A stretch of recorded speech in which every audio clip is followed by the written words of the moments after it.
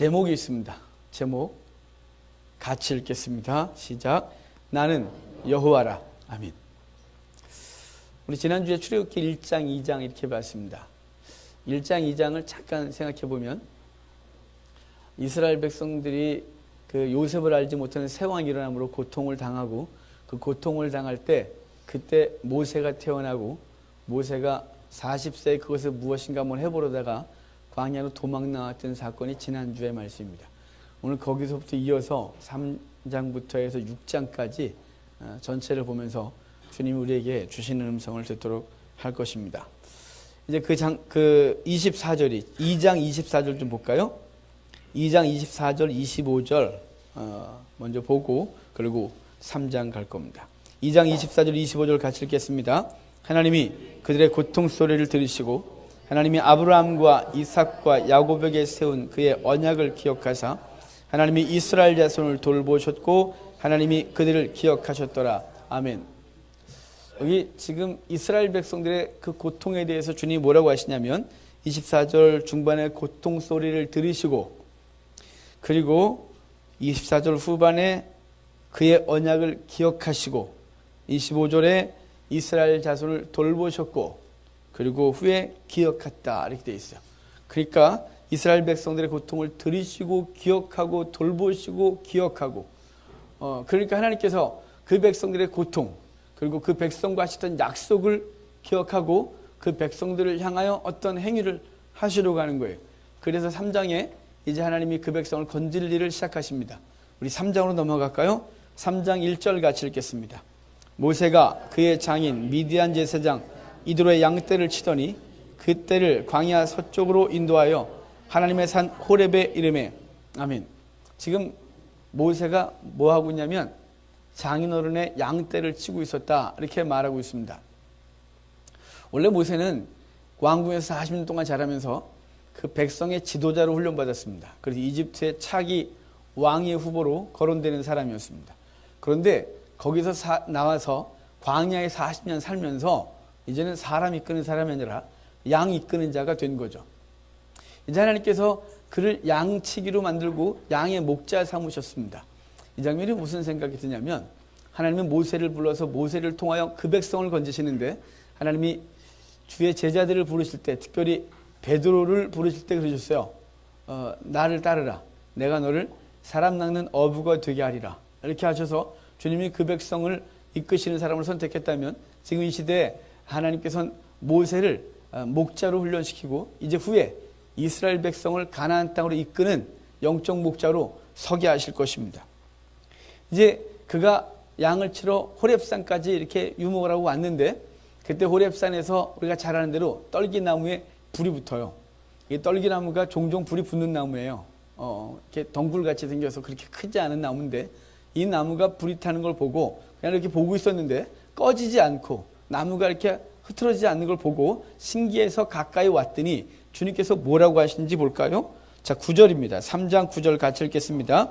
하나님이 이르시되 죄송해요. 저 5자로 9자로 보여요. 50 돼봐요. 3장 5절입니다. 같이 읽겠습니다. 하나님이 이르시되 이리로 가까이 오지 말라. 내가 선 곳은 거룩한 땅이니 내 발에서 신을 벗으라. 아멘. 여기 거룩하니 내 발에서 신을 벗으라 이렇게 말해요.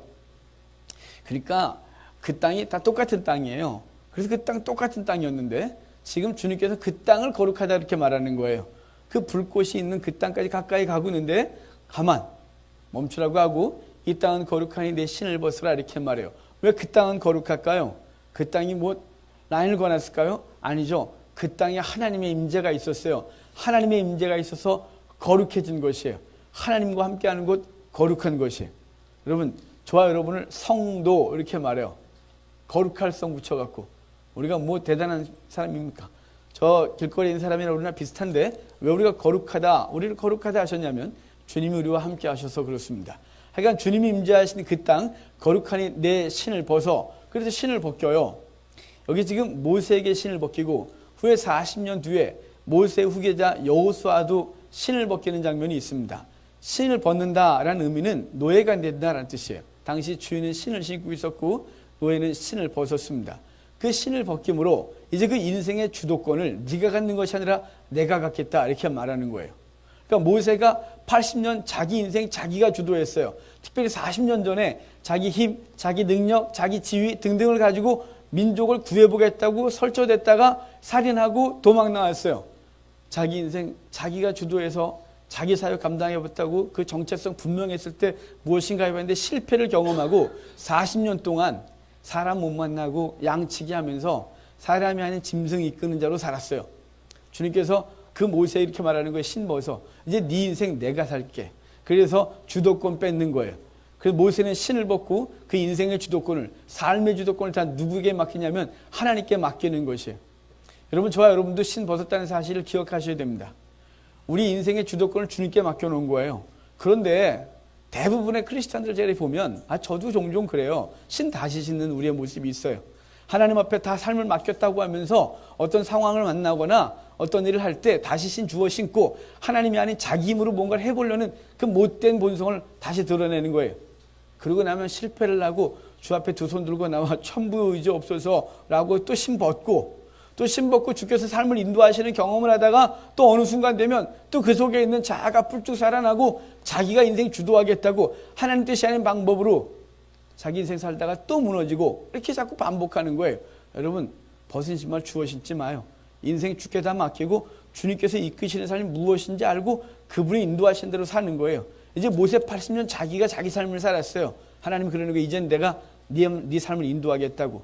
여호수아도 마찬가지였어요. 가나안 땅 들어가자마자 그 어마어마한 여리고성을 무너뜨려야 되는데 자기들의 힘으로 무너뜨려야 되니 감당이 됩니까? 그래서 여리고성을 바라보면서 어찌할 줄 모를 때 하나님의 군대 장관이 나타나서 신 벗어. 그러고 나서 그에게 이 여리고성을 어떻게 무너뜨릴지 그의 힘이 아니라 여호와의 힘으로 무너뜨리는 방법을 알려줬던 거예요. 여러분, 신 벗으셔야 돼요.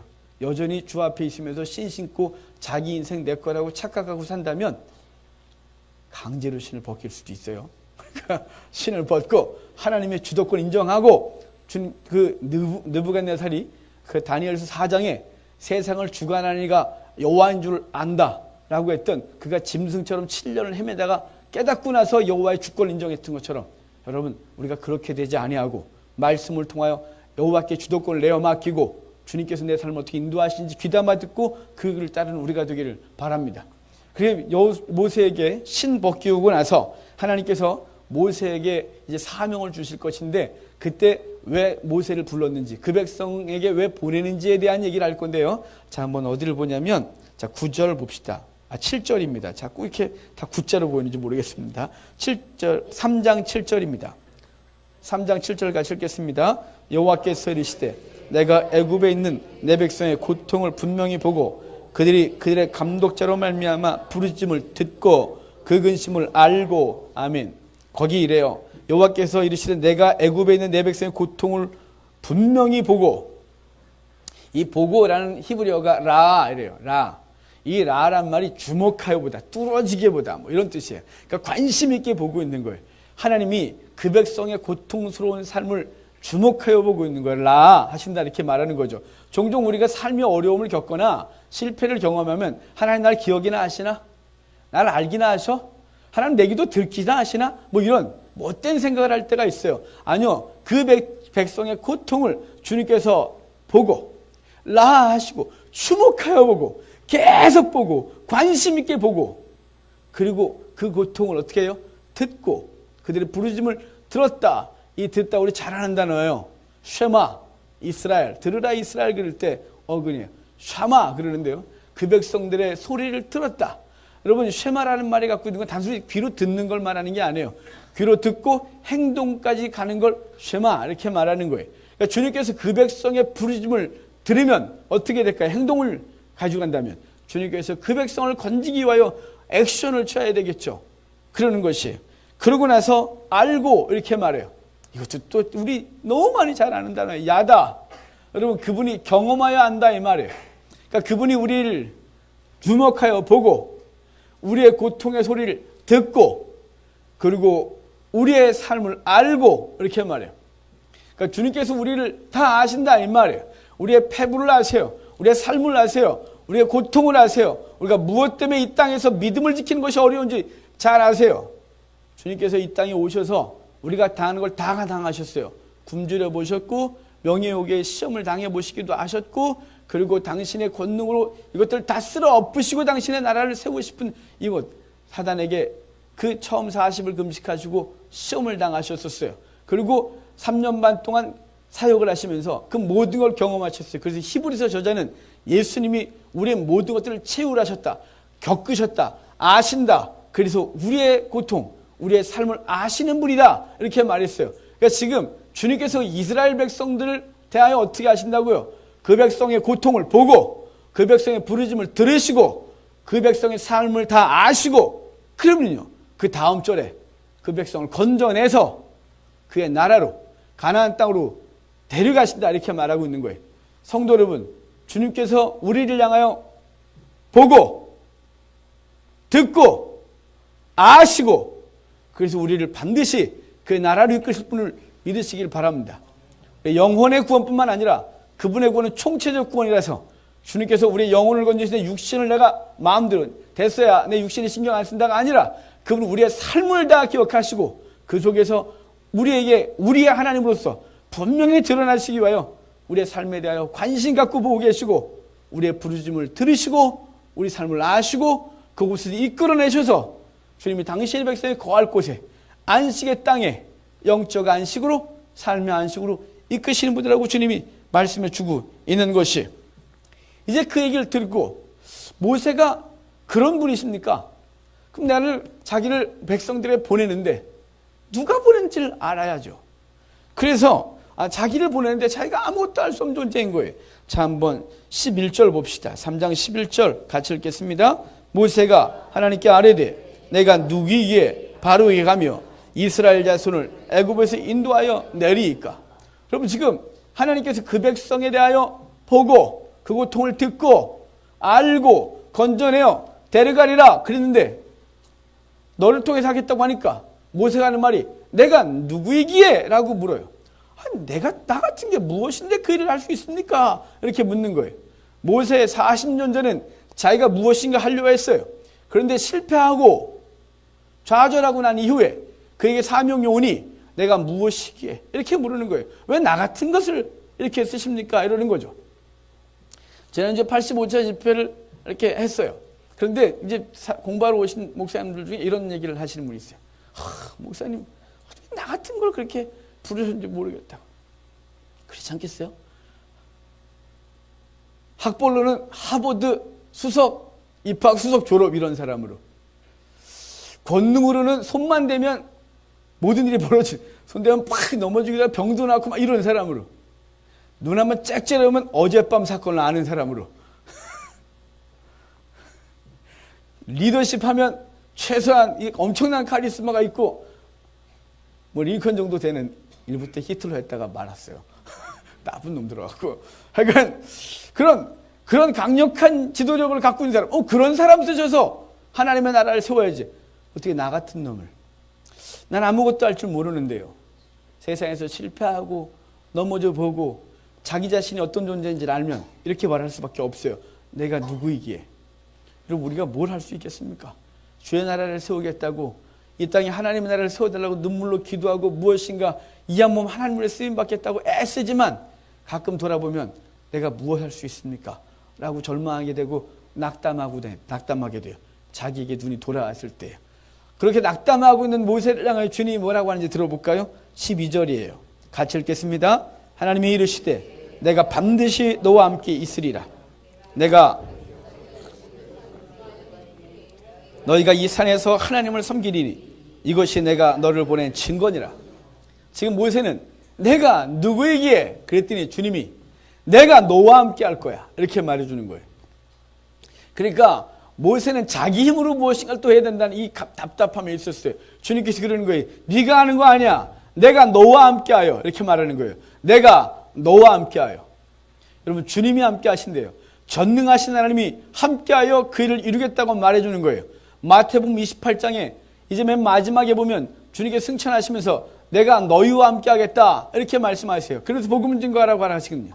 주님이 우리와 함께 하시겠다, 이렇게 말하는 거예요. 그 주님께서 함께 하시면 그 백성을 이끌어내요. 그 결과로 너가 어떤 것을 표징으로 보겠다라고 하는데 이 백성들을 이끌고 나서 시내산, 이 호렙산에서 예배하는 것을 네가 증거로 보겠다 이렇게 말하는 거예요. 증거로. 여러분 지금 모세는 그 백성을 이끌어 나갈 자신이 없어요. 주님이 시키는데 내가 아니잖아요. 이렇게 말하는데 하나님은 말씀하시기를 내가 너와 함께하여 그 백성을 이끌어낼 것이고 그 백성들과 함께 이곳에서 예배하는 것이 표징이 될 거야 라고 말하는 건 뭘까요? 반드시 결과를 볼 거야. 내가 너를 통해 일을 할 건데 주여 내가 무엇을 할 수 있어요? 아니 네가 하는 거 아니야. 내가 해서 반드시 결과물을 낼 거야 라고 말하는 거예요. 여러분 주님 앞에 그냥 자신을 드리십시오. 이 시대에 꼭 목사로 부름받아야 주님께 드리는 것입니까? 아니요.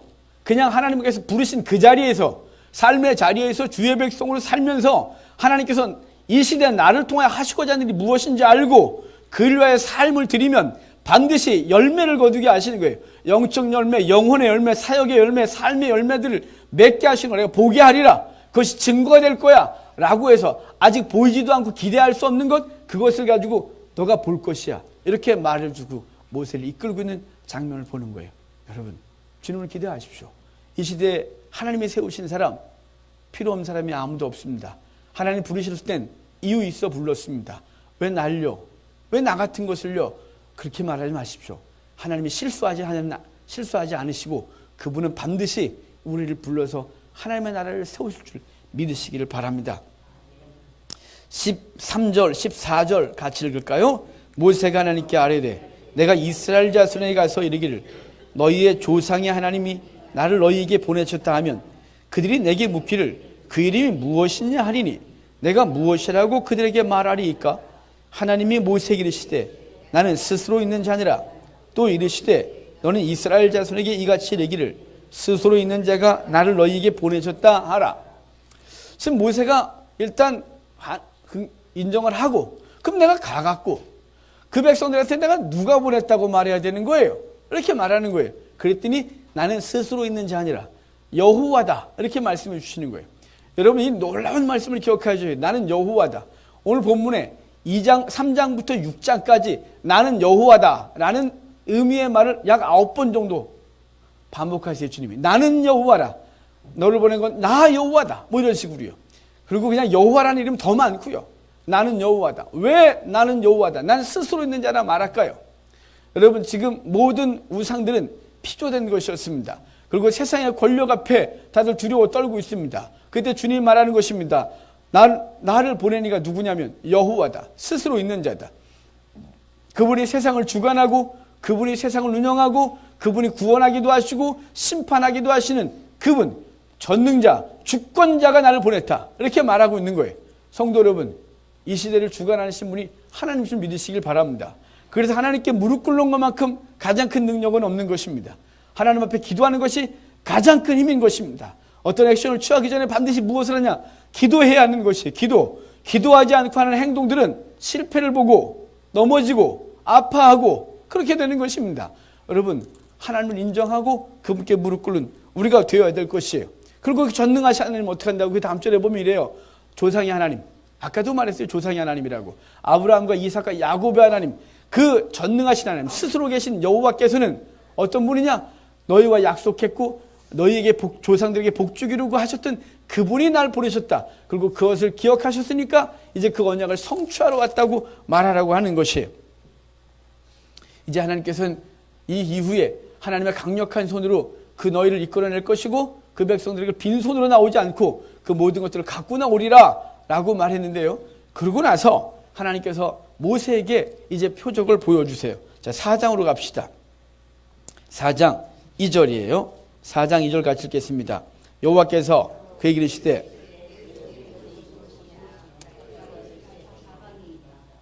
아멘. 지금 모세가 다시 또 물어요. 나를 보내셨지만 그들이 나를 믿지 않으면 어떡하죠? 하나님이 보냈다는 걸 믿지 않으면 나는 어떻게 해야 되죠? 그랬더니 그러면 표적을 보여줄게. 네 손에 뭐가 있니? 지팡이 하나 있답니다. 이 지팡이는 후에 모세의 지도력, 하나님의 인도하심, 왜 그리스도께서 우리를 인도하심에 대한 상징으로 쓰여질 것이에요. 지팡이 하나 있나이다. 그랬더니 이제 그 지팡이 던져봐. 이렇게 말하는 거예요. 던졌더니 뱀이 되는 거예요. 여기 3절을 여러분 눈으로 보면 뱀이 딱 되니까 모세가 피하였더라 이렇게 되거든요. 여러분 이거 안 피할 방법이 있겠어요? 나무땡을 툭 던졌는데 갑자기 코브라가 팍 돼갖고 우리를 향하면 얼마나 놀라겠어요. 이 혓바닥을 낼름낼름 거리면서 깜짝 놀라는 거죠. 여러분, 이 뱀을 보고 피하였어요. 그리고 후에 다시 뱀을 집었더니 다시 지팡이게 되었더라. 이렇게 말하거든요. 여러분, 이 뱀을 보고 피하는 이 두려움이 그 백성 가운데 있었고 모세에게도 있는 것이에요.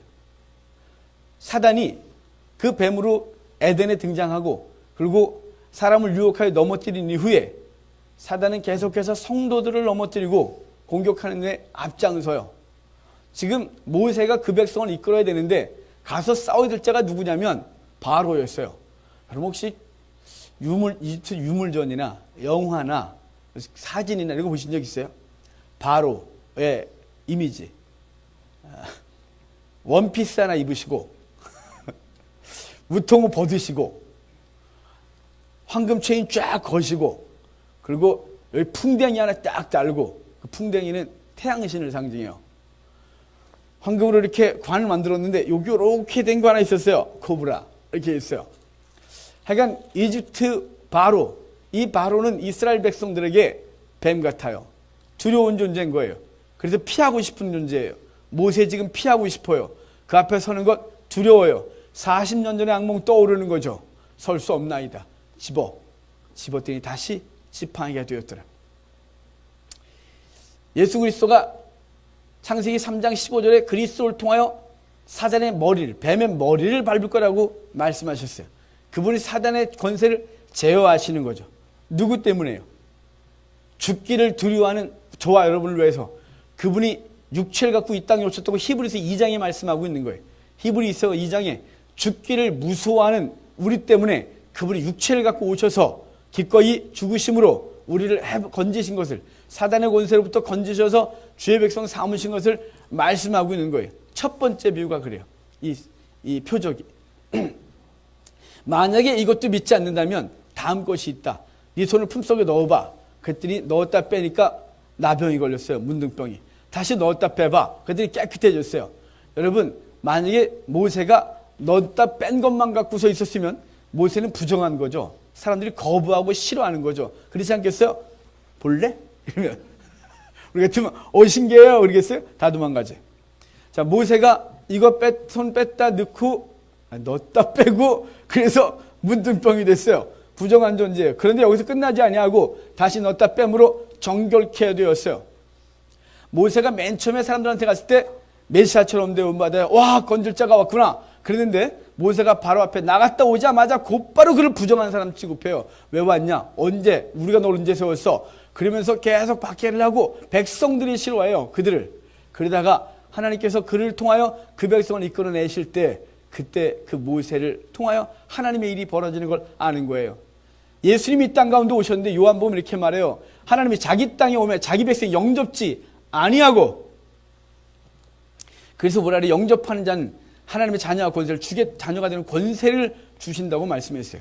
예수님이 이 땅에 오셔서 사역하는 동안 존귀한 대로 받은 적이 없어요. 30년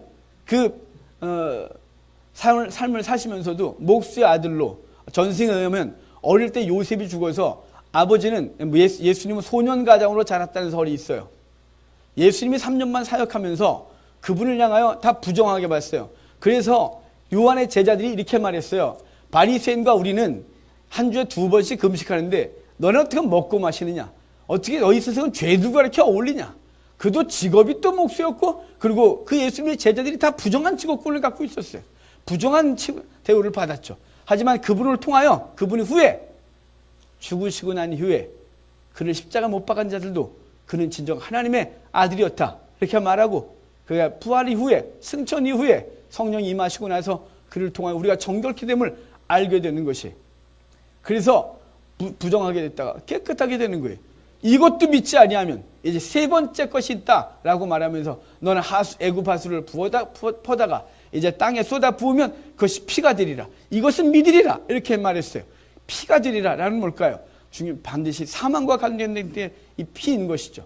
그래서 후에 애굽의 왕자들이 죽고, 그러고 나서야 그 장자들이 죽고 나서야 다 나오는 이야기들이 보여지는 것이에요.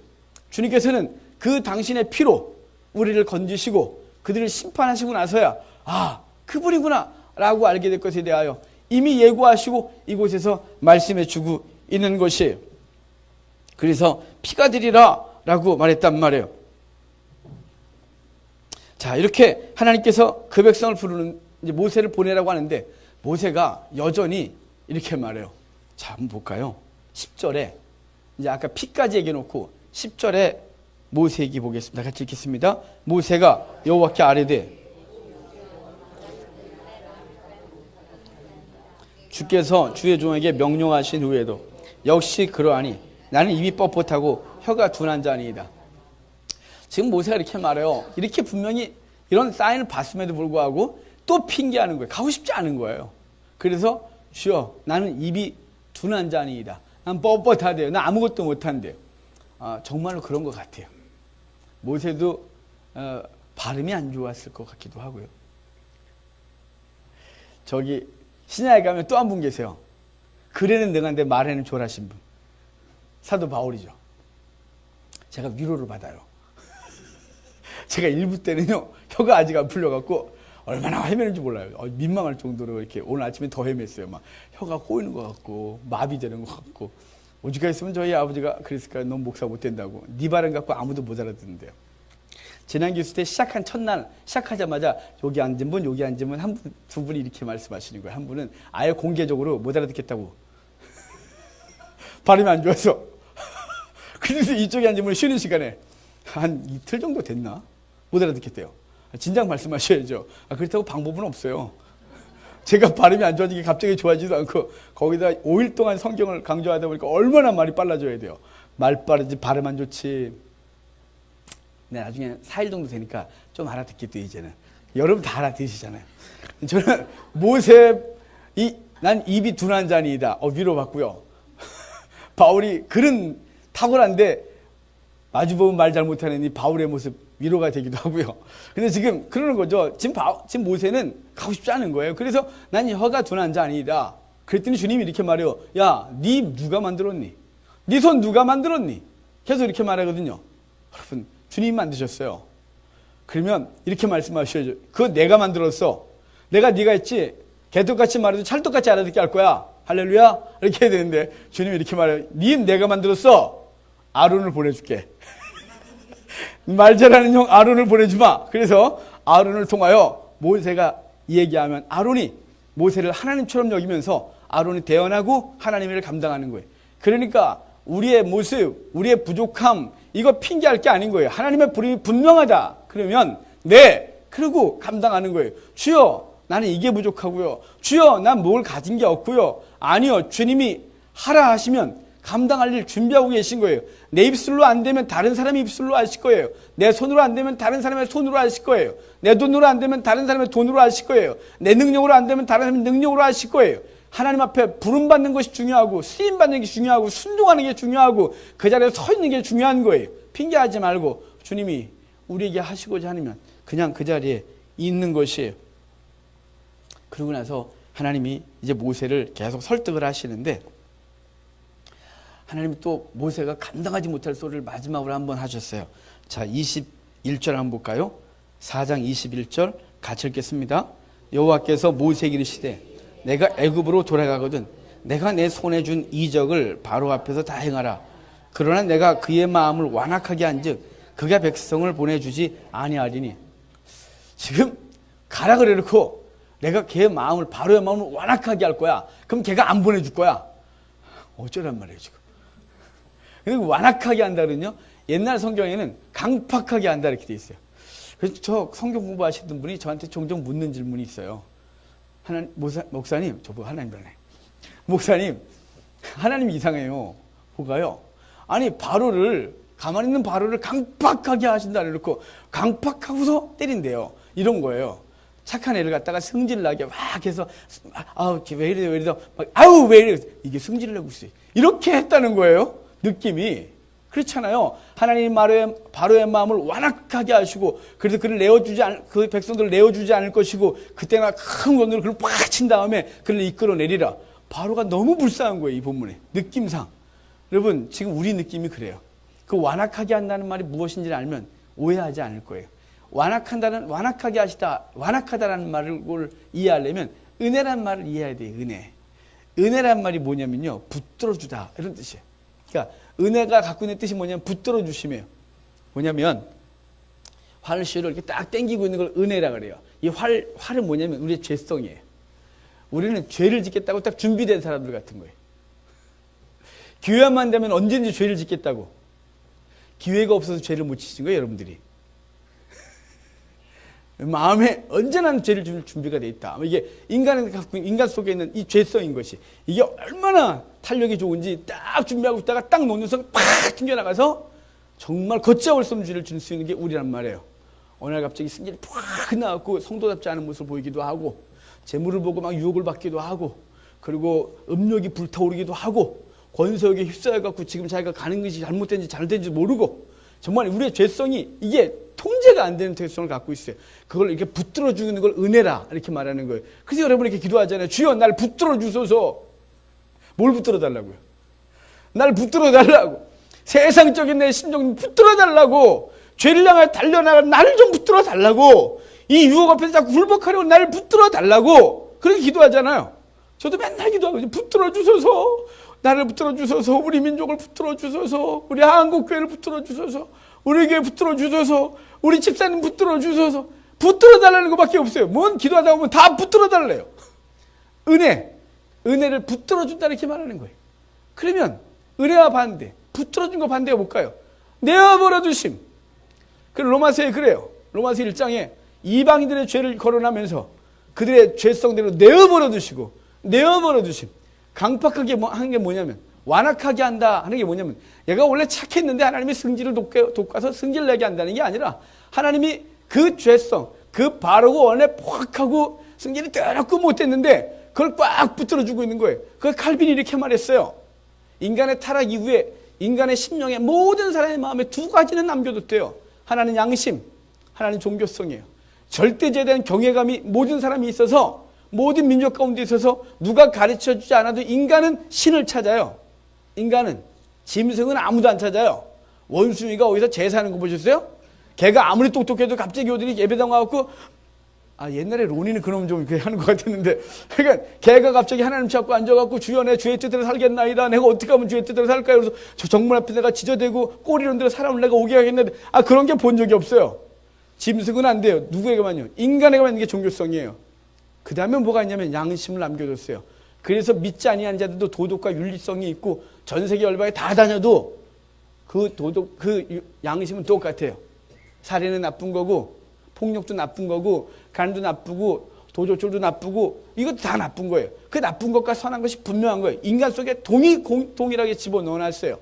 그러니까 하나님이 이렇게 붙들어주고 있는 거예요. 모든 심령을 그분이 이 세대를 움직이고 이 세상을 운영하기 위하여 붙들어주고 있는 거예요. 근데 그분이 그걸 내어버려 두면, 그냥 그 손을 놓는 순간 그 사단과 짝하고 세속적이고 더러운 그 죄성이 꿈틀거리고 일어나 준비됐다 해서 튀어나가는 것을 강팍하게 했다 이렇게 말하는 거예요. 그러니까 바로가 강팍하게 된 건 하나님의 원인이 아니라 그분이 그동안도 바로를 붙들어주고 있었다가 네가 하고 싶은 대로 해봐 라고 한 것이 강팍하게 하심이라 이 말이에요. 여러분, 주님께서 우리를 놓지 않으시기를 바랍니다. 주님께서 날마다 우리를 강력한 손으로 붙들어 주셔서 우리 속에서 꿈틀거리는 죄성이 있을 때에도 주님의 강력한 손으로 안 되지! 라고 붙들어주고, 그땐 튀어나오고 싶어서 땡깡을 쓰고 난리를 쳐도 하나님이 붙들어 주셔서 나가지 못하게 하신 하나님의 은혜가 있기를 바랍니다. 그 은혜가 우리 가운데 있지 아니하면 우리는 죄줄 준비가 너무 잘 된 사람들이에요. 그 누구도 상관없어요. 인간의 탈을 쓰고 있는 모든 사람들은 똑같아요. 하나님께서 붙들어 주셔야 하는 거예요. 바로를 완악하게 해서 내 백성 내놓지 않겠대요. 그럼 하나님이 그에게 표적을 보이고 여호와가 여호와 되심을 알게 한 이후에 그가 놓게 할 것을 말씀하고 있는 거예요. 모세가 순종하고 그의 아내와 아들을 데려가는데 하나님의 사자가 모세를 죽였다고 딱 쓰는 거죠. 가랄 때는 언제고 또 죽이려고 쓰시는 건 또 뭐예요? 그랬더니 그의 아내 시보라가 그의 아들 하체를 벗겨서 표피를 할례를 해갖고 껍데기를 그 모세에게 던지면서 이는 내 피난편입니다 이렇게 말했더니 하나님이 그 죽이려 하는 걸 풀고 모세를 보내시는 장면이 있어요. 사실은 이 시보라가 이게 내 피난편입니다 이렇게 이쁘게 성경은 얘기를 했지만 이게 그렇게 이쁜 얘기가 아니에요. 이런 얘기. 네 때문에 내 새끼 피 흘렸다 이래갖고 확 모세한테 던진 거예요. 이 못된 아줌마가. 그럼 왜 아무 얘기도 없는데 십보라는 이랬을까요? 모세가 40년 전에 그 광야에 나와갖고 십보라 만나 결혼을 하고 아들을 낳아서 할례행을 할 때 못하게 했겠죠. 어디? 처가살인간에. 처가살인 주제 어디? 시끄러. 또 워낙 깜빡한 여자니까 모세가 또 네 그래 여기서 쫓겨나면 또 갈 데가 없으니까 참았어요. 그러다 하나님의 부름 받고 여기 성경에는 없어요. 가다가 이게 영 아닌 거지. 영 불안한 거예요. 하나님께서 분명히 끊쳐지리라 했으니까. 근데 그래도 설마 그랬는데 하나님이 주기로 하니 모세가 아무 말 안 하고 십보라가 알아서 할례를 행하고 일을 행하고 있는 거예요. 여러분 왜 일이 벌어졌을까요? 이 중요한 사건 앞에서. 왜 이 중요한 사건 앞에서 아들의 표피를 벗겨 던지는 일이 벌어지냐면 하나님께서 우리에게 이 거듭난 사람이 아니면 하나님의 일을 감당하지 않게 하세요. 하나님께서 내려놓지 않은 사람은 아무것도 하지 않게 하세요. 여러분 이 창세기, 출애굽기, 레위기, 민수기, 신명기, 여호수아까지 3번의 할례 사건이 나와요. 모세가 할례를 행하고 여기 아브라함이 할례 행하고 모세의 아들의 할례가 나오고 그 여호수아가 그 백성을 가나안 땅에 들어가서 할례를 행하는데 그 할례는 과거가 죽고 다시 하나님 앞에 살아나는 것이에요. 그렇게 됐을 때 약속한 자녀를 주고 사명을 감당하고 그 땅을 허락하시는 거예요. 여러분 그러니까 우리가 하나님 앞에서 영적 거듭남뿐만 아니라 하나님께서 그때마다 끊으라고 하는 것들에 대해서 그거 놓치면 죽을 것 같은 그거 내려놓는 거예요. 내려놓는 거예요. 그래야 하나님이 일을 하시는 거예요. 모세에게 내려놓게 하고 그의 아내가 그의 아들에게 피를 흘리게 하고 나서야 하나님께서 그를 통해 일을 하신다 이 말이에요. 이제 5장에 가면 이제 바로에게 나아가서 먼저 그 앞에 백성들 앞에 나가서 환영을 받았고요. 바로에게 나가서 내 백성을 내놔라. 그랬더니 바로가 미쳤구나 이렇게 말합니다. 자, 한번 볼까요? 미쳤구나. 자, 6절. 5장 6절이에요. 5장 5절이에요. 같이 읽겠습니다. 바로가 또 이르되 이제 이 땅의 백성이 노역을 쉬게 하는도다. 아멘. 지금 바로가 말하는 게 뭐냐면 야 내달라니까 미쳤니 너? 야 지금 그 백성이 얼마나 노역을 감당하는데 아니 노역을 쉬라고 이 공사를 중단하라 이 말이야? 이렇게 말하는 거예요. 왜냐하면 바로 입장에서는 공짜 노동력 성인 남자가 60명 아니고 60만 여자와 아이와 노인까지 다 합치면 200만이 넘는 노동력이 있어요. 그냥 밥만 주면 되고 열받으면 팻 버리면 되고요. 시키면 다 하고요. 철야 작업 시켜도 군소리 안 하고요. 이런 200만 명이 넘는 노동력을 내달래요. 그냥 내달래요. 보상금을 몇백조 좀 해주고 나는 뭐랄까 그냥 내달래요. 그러니까 미쳤구나 이렇게 말하는 거죠. 그러면서 안 내줘요. 바로의 마음이 있어요. 바로의 말. 자, 한번 9절 다시 봅시다. 9절 같이 읽겠습니다. 그 사람들이 노동을 무겁게 함으로 수고를 하게 하여 그들로 거짓말을 듣지 않게 하라. 여러분 지금 바로가 그 백성들이 자꾸 헛소리를 하니까 뭐를 시키래요?